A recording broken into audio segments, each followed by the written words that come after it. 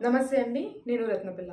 ఇటీవల ప్రిన్సిపల్ రూపారెడ్డి గారి యొక్క మరణం చూస్తే, అసలు ఇది ఒక సంఘటనలా కాకుండా మన విద్యా వ్యవస్థని, మన సమాజాన్ని కలిపి చూస్తే, అసలు విద్యా వ్యవస్థలో ఎథిక్స్ ఉన్నాయా? మానవీయత విలువలు పెరుగుతున్నాయా?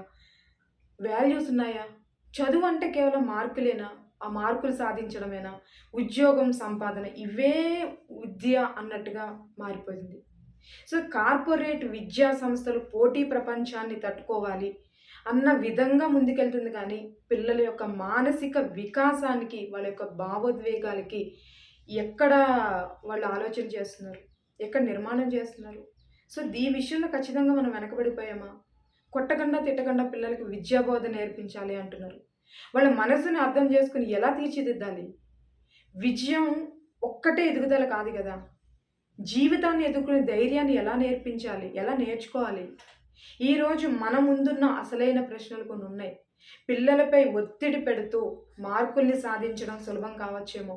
కానీ ఒక మంచి మనిషిగా ఎదగడానికి కావాల్సిన విలువల్ని నేర్పడం అంతకంటే గొప్ప బాధ్యత.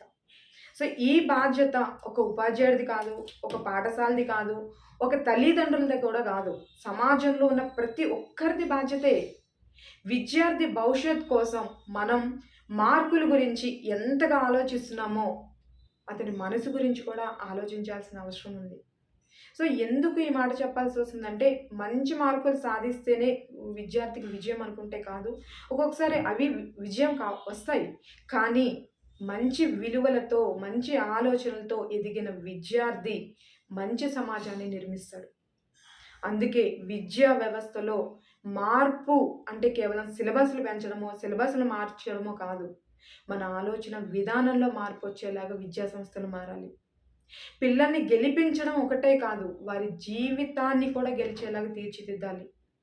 నేనెందుకు ఈ విషయాన్ని మాట్లాడదలుచుకున్నానంటే, నేను 17 ఇయర్స్‌గా ఇదే ఫీల్డ్‌లో ఉన్నాను. పిల్లల మనస్తత్వాన్ని చాలా దగ్గరగా చూస్తున్నాను. సో, విద్యా వ్యవస్థ ఎంత నాశనం అయిపోతుందో నేను చూశాను. కాబట్టి ఖచ్చితంగా ఈ విద్యా వ్యవస్థలో మార్పు రావాలి అని నేను కోరుకుంటున్నాను.